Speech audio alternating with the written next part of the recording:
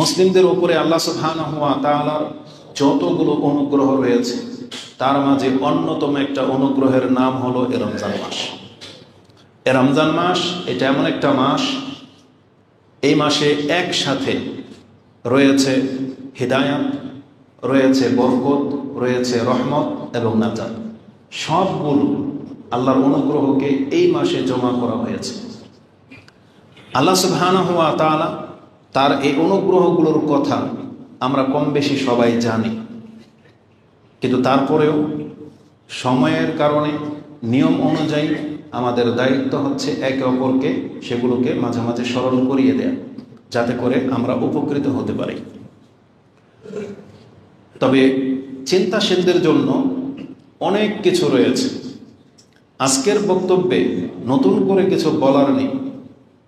আমি যা বলবো সেগুলো সব আপনাদের মেমোরিতে রয়েছে, কিন্তু শুধু পার্থক্য হলো আমাদের জানাশোনা বিষয়গুলো নিয়ে আমরা ভাবি না।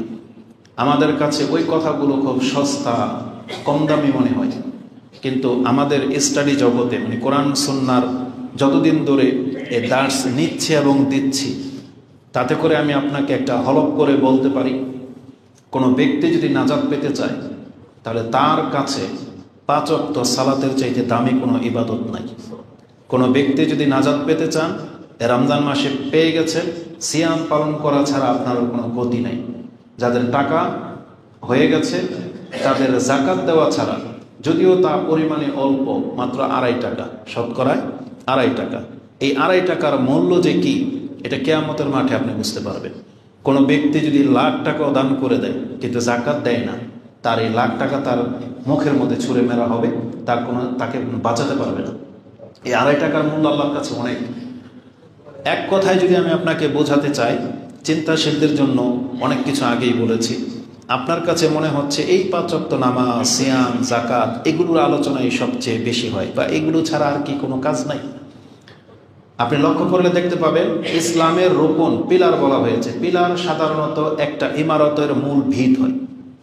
আল্লাহ চাইলে সেখানে অন্য কোনো কিছু স্থাপন করতে পারতেন, আরও বড় বড় দায়িত্ব সেখানে স্থাপন করতে পারতেন, যেমন জিহাদ করা মানে নিজের রক্ত ঝরানো, রাষ্ট্র কায়েম করা, রাষ্ট্রের ইসলাম প্রতিষ্ঠিত করে ফেলা, সমস্ত মানুষের উপরে শাসক হিসেবে নেতৃত্বে আসা, অনেক মানুষের খেদমত করা, বড় বড় ট্রাস্ট করে হাজারো লাখো মানুষকে খাওয়ানো, লাখো মানুষের ঘরবাড়ির ব্যবস্থা করে দেওয়া, এগুলোকে আল্লাহ সুবহানাহু ওয়া তাআলা ইসলামের মূল ভিত রাখতে পারতেন। কিন্তু আল্লাহ সুবহানাহু ওয়া তাআলা ওগুলোর চাইতে বেশি মূল্যায়ন করেছেন এই 5 ওয়াক্ত সালাত, যেটা আপনার কাছে সস্তা মনে হয়। এই রমজান মাসের 1 মাস সিয়াম, যেটাকে আপনি খুব তুচ্ছ তাচ্ছিল্য করতেছেন, 2 দিক থেকে আপনাকে এটাকে মূল্যায়ন করতে হবে। এক, আল্লাহ এগুলোকে সম্মান দিয়েছেন তাই আপনি সম্মান দিতে বাধ্য। অপরদিকে আল্লাহ সুবহানাহু ওয়া তাআলা তিনি আমাদের জন্য জান্নাতের পথকে সহজ করতে চেয়েছেন বিদায় এই সহজ সহজ ইবাদতগুলোকে ইসলামের পিলার করা হয়েছে। যেগুলো নিয়ে আমরা ভাবি, যেগুলো নিয়ে আমরা অন্যদিকে তাকাই থাকি, যে সে লাখো মানুষের ব্যবস্থা করতেছে, কত দান সদকা, কত কি করতেছে, জিহাদ করতেছে ফিলিস্তিন অমুক জায়গায়, কিন্তু আপনি লক্ষ্য করলে দেখতে পাবেন এগুলো সবার সাধ্যে কুলাবে না, এগুলো সবার কাজ নয়, সবাই পারবে না এগুলো। এই জন্য আল্লাহ সুবহানাহু ওয়া তাআলা সবার কল্যাণের জন্য সবচেয়ে সহজ ইবাদতগুলোকে ইসলামের মূল পিলার করে দিয়েছে। এত দামি, এত পাওয়ারফুল ইবাদত যে এগুলো বিহীন আপনি নাজানি পাবেন না। এই জন্য বলেছি যে চিন্তার মধ্যে অনেক কিছু আছে। আপনি দুনিয়াবি লক্ষ্য করে দেখেন, আপনার বাড়ির পাশে বাঁশ চৌক আছে, বাঁশ গাছ আছে না? আমি আর আপনি সাধারণত বাঁশ দিয়ে কি করি? বেশি জোর ওই যে আমাদের পুকুর বা খাল পারাপারের জন্য সাঁকো বানাই, না হয় নৌকার লগি বানাই, না হয় মাচা দেন আপনি, আর না হয় অনেকে ঘর বাড়ি ওই ধর্না দেয় বাঁশ দিয়ে। কিন্তু আপনি এছাড়া আর কি আর আপনার মাথায় আসে? কিন্তু চাইনাদেরকে দেখেন, ও বাঁশ দিয়ে একটা জগৎ তৈরি করে ফেলতে পারে। বাঁশের ব্যবহার যে কতভাবে ওরা করে থাকে, তাহলে একই জিনিস মানুষও আমরাই, কিন্তু আমাদের চিন্তায় ওগুলো আসে না যেগুলো ওদের চিন্তা করে ওরা বের করে। দুনিয়ার যে কোনো টেকনোলজির দিকে আপনি তাকান, মানুষ সাধারণ একটা কিছু, আমি আর আপনি সাধারণত আপনাকে যদি আলু দেওয়া হয়, আপনি কি করতে পারেন আলু দিয়ে? সাধারণত ভাজি আর ভর্তা। কিন্তু এগুলো দিয়ে অন্যরা চিপস করে, কত কি করে, বারবিকিউ করে, মানে করে একটা কথা। আমি জাস্ট দেখাতে চেয়েছি, বোঝাতে চেয়েছি, চিন্তার মাঝে বহু কিছু আছে।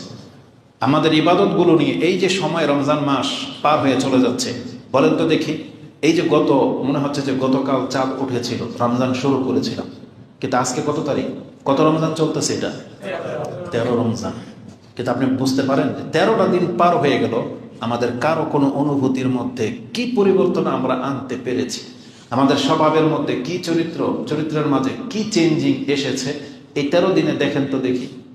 যদি এই 13 দিনে না হয়ে থাকে, তাহলে বাকি 16 দিনে আপনি কি মনে করতে পারেন যে চেঞ্জিং আসবে? এই প্রত্যাশা কার, কিসের উপরে ভিত্তি করে? যার আজকে হলো না কালকে তার হবে না, এটাই বাস্তবতা। আর যার আজকে হয়েছে সে আজকেই পেরেছে। এই জন্য আমাদেরকে একটু চিন্তা করে দেখতে হবে আমাদের এই সময়গুলো আমরা কতটুকু কল্যাণ আল্লাহর কাছ থেকে পেলাম। এই জন্য আমি জানি যে কোনো কথাই বলবো না কেন সেগুলো সবই আপনাদের জানা। আমি তারপরে স্মরণ করিয়ে দিই কি এই রমজান মাস, কতটা বরকত এই রমজান মাসে। বলা হয়েছে কেউ যদি এই রমজান মাসের সিয়াম পালন করে ইমানের ভিত্তিতে, মান সামা রমাদানান ওয়া ঈমানান গুফিরা লাহু মা তাকাদ্দামা মিন যামবি, এই এক মাসের সিয়ামের বরকত হলো তার অতীতের সমস্ত পাপকে ক্ষমা করে দেওয়া হবে। যদিও সেটা সাগিরা গুনার ক্ষেত্রেই বর্তাবে, কারণ বড় পাপের জন্য তওবা শর্ত। এক মাসের সিয়ামের মাধ্যমে কোনো ব্যক্তির হক মাফ হয়ে যাবে না, হত্যার পাপ মাফ হবে না, জেনার পাপ মাফ হবে না। ওগুলোর জন্য কি লাগবে? এই সিয়ামের মাধ্যমে তওবা করতে হবে যে আমি আর ওই জগতে ফিরবো না, তাহলে আপনার অতীতের পাপ মাফ হয়ে যাবে। তাহলে রমজান মাসের সিয়ামের মধ্যে অতীতের সমস্ত সাগিরা গুনাহ মাফ। যদি সে সাগিরা গুনাহগুলো আমাদের জমা করা হয়, তাহলে দেখা যাবে যে গুনার পাহাড় হয়ে যাবে। কিন্তু আল্লাহ রমজান মাসের এক মাসের সিয়ামের ভিত্তিতে সেগুলোকে মাফ করে দেওয়ার ঘোষণা করেছেন, যেটা ইমাম বুখারী কোট করেছেন। 38 নম্বর আয়াতে পেয়ে যাবেন, 38 নম্বর হাদিসে। তার আগের হাদিস ইমানের অধ্যায় 37 নম্বর হাদিস, তাতে রয়েছে রমজান মাসের, এটা ছিল ফরজ সিয়াম, এটা নফল ইবাদত, কিয়ামুল লাইল। হতে পারে সেটা 2 রাকাত, হতে পারে সর্বোচ্চটা যেটা আপনার তৌফিকে কুলাবে। কিন্তু যাদের তৌফিকে যতটা কুলাবে, প্রতি রাতে সে যদি কন্টিনিউ করে 1 মাস, 2, 4, 6, 8, যদি সে পরিপূর্ণ করতে পারে আলহামদুলিল্লাহ ভালো। কিন্তু যে পরিপূর্ণ করতে নাও পারবে, তার আমলনামার মধ্যে অল্প যদি হয়, প্রতি রাত্রেই যদি সে নেকির ইচ্ছা করে এই অতিরিক্ত নামাজ পড়ে, কিয়ামুল লাইল করে, তার বদলাও আল্লাহ কি করেছেন? মান কামা রমাদানান ঈমানান ও ইহতিসাবান গুফিরা লাহু মা তাকাদ্দামা মিন যামবি। এই 12 মাসের মধ্যে আপনি 11 মাস তাহাজ্জুদ পড়তে পারেন নাই, বা এশার সুন্নতের পর আপনার তৌফিকে কুলাই নাই আর কোন নামাজ আদায় করা, আল্লাহ বলেছেন অন্তত তুমি যদি রমজান একটা মাস যদি এশার সুন্নতের পর ফজরের আগ পর্যন্ত এই সময়ের মধ্যে অতিরিক্ত কিছু সালাত আদায় করো ইমানের ভিত্তিতে, তাহলে তোমার এই 1 মাসের প্রচেষ্টায় তোমার অতীতের সমস্ত পাপকে মাফ করে দেওয়া হবে। এটা অনেক বড় একটা ব্যাপার। আমি কেন নির্দিষ্ট করে 8 রাকাতের কথা কেন বলতেছি না? আমাদের শিক্ষা বলতেছে মূলত এটা নির্ধারিত সুন্নাহ না। 8 রাকাত এটা রাসূলুল্লাহ সাল্লাল্লাহু আলাইহি সাল্লামের সর্বোচ্চ আমল, এটা তার ব্যক্তিগত যেটা তিনি করে থাকেন। কারণ রাসূলুল্লাহ সাল্লাল্লাহু আলাইহি সাল্লামের আদর্শ অন্যদের চাইতে খেলাফ। আমরা দেখতে পাচ্ছি যে রাসূলুল্লাহ সাল্লাল্লাহু আলাইহি সাল্লাম নবী হওয়ার ভিত্তিতে এমন কিছু ইবাদত করতেন যেটা নিজের উপরে লাজিম করে নিতেন, যেটা অন্যদের উপরে লাজিম না, ওটা ইখতিয়ার। কিন্তু রাসূলুল্লাহ সাল্লাল্লাহু আলাইহি সাল্লাম সর্বোচ্চটা আদায় করতেন। তার এই নিয়মটা হলো ওই রকম নিয়ম যে কোনো একদিন রাসূলুল্লাহ সাল্লাল্লাহু আলাইহি ওয়াসাল্লাম যোহরের 2 রাকাত সুন্নাহ আদায় করতে পারেননি, কাজা হয়ে গিয়েছিল। তিনি সেই সুন্নতটা আদায় করেছিলেন আসরের পরে। যেই দিন তিনি এই কাজটা করেছেন, তার পরবর্তী জীবনে সে বিনা কারণেই ওই আসরের পরেও 2 রাকাত সালাত আদায় করতেন। আয়েশা রাদিয়াল্লাহু তাআলা আনহা বা উম্মে সালামা, তারা সবাই জানে, আমরা সবাই জানি যে আসরের পরে নামাজ পড়া নিষেধ, কিন্তু রাসূল কেন নামাজ পড়ে এর কারণ জানতে চাওয়া হয়েছে। তখন তিনি বলেছিলেন ওই ঘটনা যে আমি কোনো এক কারণে যোহরের সুন্নাহ ছুটে যাওয়াতে আসরের সময় সেটা কাজা করেছি, আর আমি নবী হিসেবে যখন একটা আমল চালু করে দিয়েছি তখন সেটাকে থামিয়ে দিতে আমি লজ্জাবোধ করি। তারপরে সারা জীবনে তিনি ওই যে আসরের পরে 2 রাকাত নামাজ চালু করেছিলেন, এই জন্য বাকি জীবনও তিনি আসর 2 রাকাত করে আদায় করেই গেছেন, এটা আমাদের জন্য না। পরবর্তীতে আয়েশা রাদিয়াল্লাহু তাআলা আনহা সম্ভবত এই সুন্নাহটাকে রাসূলের স্থলাভিষিক্ত হিসেবে তিনি মনে হয় আদায় করতেন, কিন্তু এটা আমাদের জন্য না। ঠিক তেমনি রাসূলুল্লাহ সাল্লাল্লাহু আলাইহি সাল্লামের আদর্শ ছিল রাতে তিনি সর্বোচ্চ সালাত আদায় করতেন। এই জন্য যখন তিনি অপারগ হয়ে যেতেন তিনি বসেও 2 রাকাত পড়তেন, একেবারে না পারলে দিনের বেলায় তিনি 12 রাকাত পড়তেন, এমনটা আপনি পাবেন। তার মানে আমি বোঝাতে চেয়েছি ওই 8 রাকাতে সুন্নাহ যে ঠেলে দেওয়া হয় এটা মূলত এরকম না। বিষয়টা রাতে নামাজ পড়া সুন্নাহ, রাতে নামাজ পড়া সুন্নাহ। আপনি কতটুকু পড়বেন আপনার তৌফিকে যতটুকু কোলাবে। ইমাম যদি 6 রাকাত আপনাকে পড়িয়ে দেয় তাহলে 6 রাকাত পরে যদি ফিরে যান আপনি সারা রাতে কিয়ামের নেকি পেয়ে যাবেন।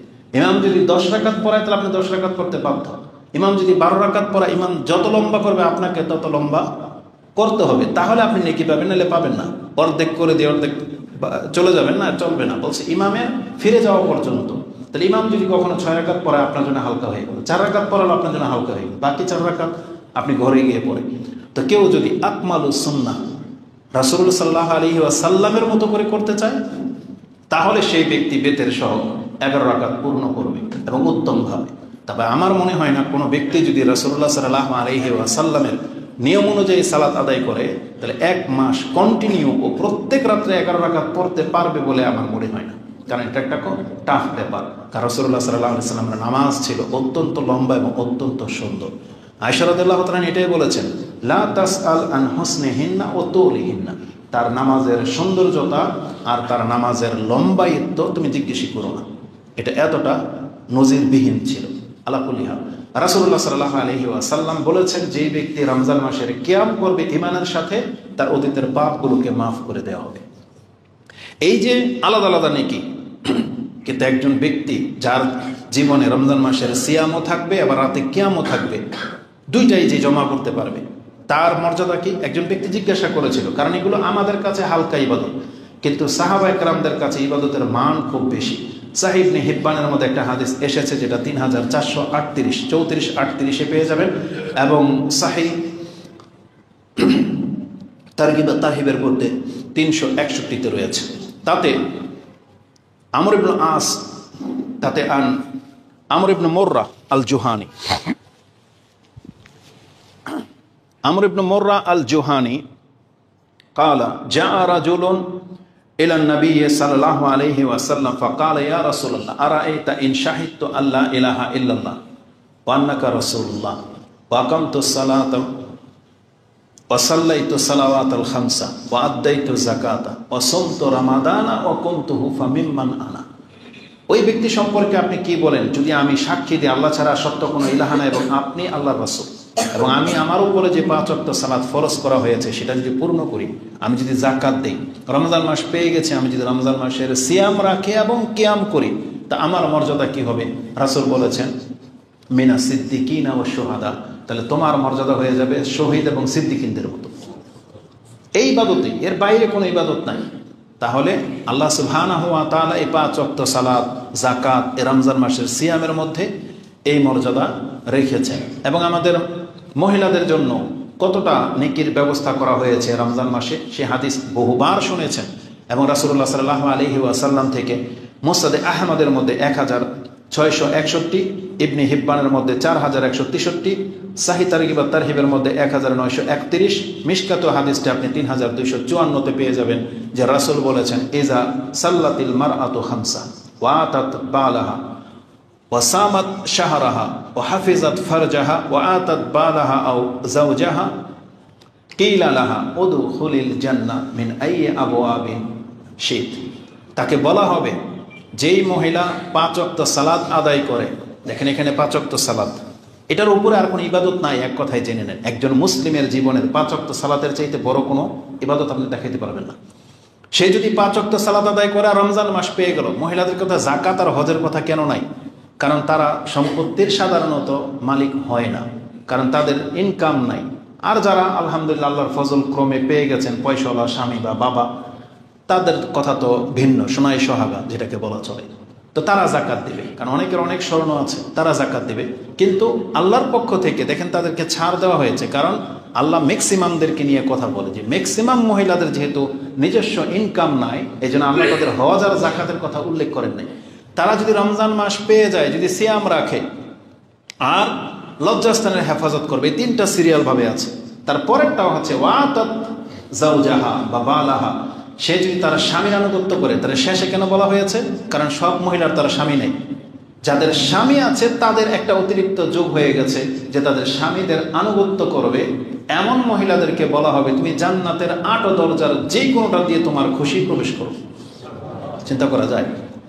এটা যখন বলি আপনাকে ভাবতে হবে কার মর্যাদা? ওই যে সিদ্দিকিনদের মর্যাদা। কারণ আবু বকর রাদিয়াল্লাহু তাআলাকে বলা হয়েছিল, বলেছেন ইয়া রাসূলুল্লাহ, একটা দরজা দিয়ে জান্নাতে ঢুকলেই হলো, জরুরি নয় যে সবগুলো দিয়ে ঢুকতে হবে। তবে এমন একটি ব্যক্তি আছে যাকে সবগুলো দরজা দিয়ে ঢোকার পারমিশন দেওয়া হবে। রাসূল বলেছেন না, ওয়ারজু আন তাকুনা আনতা মিনহু, আমি আশা করি তুমি তাদের একজন। আবু বকর রাদিয়াল্লাহু তাআলাকে বলা হয়েছে যে তুমি তাদের একজন যাদেরকে ৮ দরজা দিয়ে ডাকা হবে।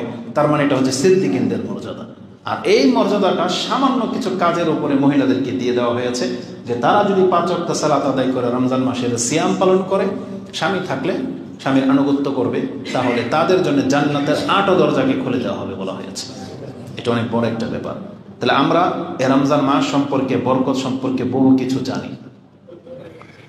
এই রমজান মাসের ইবাদতে যে বরকত দেওয়া হয়, যেমন সিয়াম, কিয়াম সম্পর্কে জানলেন, উমরা সম্পর্কে এটাও জানেন। উমরা সম্পর্কে রাসূলুল্লাহ সাল্লাল্লাহু আলাইহি ওয়াসাল্লাম থেকে ইবনে মাজাহ, বুখারীতেও একটা পর্ব রয়েছে এবং মুসলিমেও হাদিসটি রয়েছে।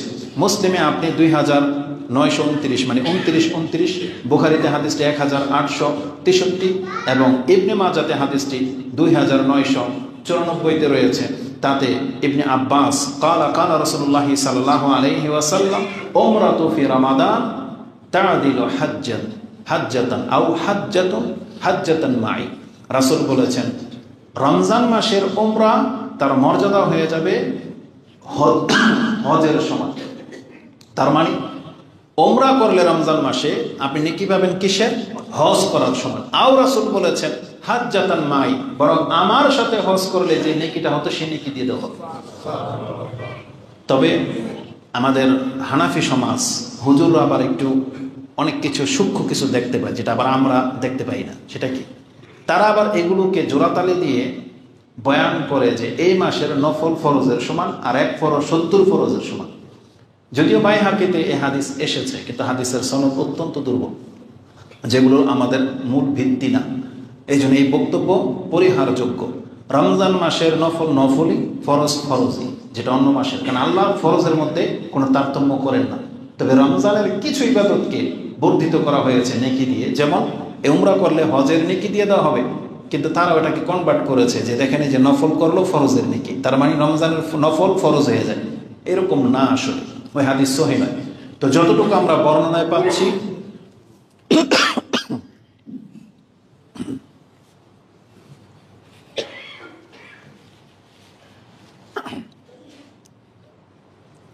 যতটুকু আমরা বর্ণনায় পেয়ে থাকি, আমরা ততটুকুই বলার ক্ষমতা রাখি বা সাহস করি, এছাড়া আমাদের কোনো অধিকার নাই। কিন্তু তাদের প্রত্যেকটা এই বয়ানের জবাব সালাফে আলেমদের কাছে রয়েছে, কিন্তু তারা এইসব নিয়ে আর ফিতনা করতে চায় না। এই জন্য আমাদের শ্রোতারা যারা আছেন তাদেরকে ভদ্রভাবে বলি, আপনারা এটাই শিখে নেন, যথেষ্ট। তাদের কথার খণ্ডন করতে হবে, ওই সমস্ত বাহাসের এখন আর ওই সময় নেই। কারণ তারা তাদের গোলামি ছাড়বে না। ওই 8 রাকাত 20 রাকাত নিয়ে তারা এখন পর্যন্ত, সুবহানাল্লাহ, ওনাদের প্রধান মুফতি তো বলেই দিয়েছে মক্কা মদিনায় নাকি ষড়যন্ত্র চলতেছে। কাদের ষড়যন্ত্রের নাকি এরা এই 10 রাকাত করে দিছে নামাজকে, বোঝেন? এদের প্রধান বক্তা। তারা আশ্চর্য লাগে। আমি আমার মতন ব্যক্তি মাহমুদ, আমি যদি আরবি পড়তে না পারি এটা আমার সাজে, কারণ যেহেতু আমি আরবি শিক্ষায় শিক্ষিত হইনি। এদের প্রধান মুফতি বাইতুল মোকাররমের খতিব হয়ে সে বাংলায় বলতেছে, যাদের সাথে মক্কা মদিনার যোগাযোগ আছে বা কিছু, আমার কথাটাকে তাদের কাছে পৌঁছে দিন। কে ক্ষমতা থাকলে সে আরবিতে বলতো, একবার ডাইরেক্ট বলতো মক্কা মদিনার ইমামকে উদ্দেশ্য করে। তো নেটের যুগ, তাদের কাছে এমনি পৌঁছে যেত। তারপর রেজাল্টটা দেখতো কি হইতো। বাংলায় বলে দিয়ে আবার আপনাদেরকে দায়িত্ব দিয়ে দিয়েছে মক্কা মদিনার কাছে পৌঁছেই দিয়ে, বুঝছেন? তাদের আরবিতে বলা উচিত ছিল যে আমরা বাংলাদেশের প্রধান মুফতি বা গ্র্যান্ড মুফতি, আমি প্রধান মসজিদ থেকে আপনাকে বিবৃতি দিচ্ছি, আপনারা এই ফতোয়া প্রত্যাহার করেন, বলতো ক্ষমতা থাকবে। তো আলা কুল্লি হাল, তো আল্লাহ এদেরকে হিদায়াত করুন, আমিন। এখন পর্যন্ত এই জিনিসটাই বুঝলো না যে সুন্নত নফল এটার পার্থক্যটা কি, নফলের হুকুম কি, এটাই এখন পর্যন্ত এরা বুঝলো না। এটাকে মানুষের উপর ফরজ করে চাপিয়ে দেওয়া হয়েছে।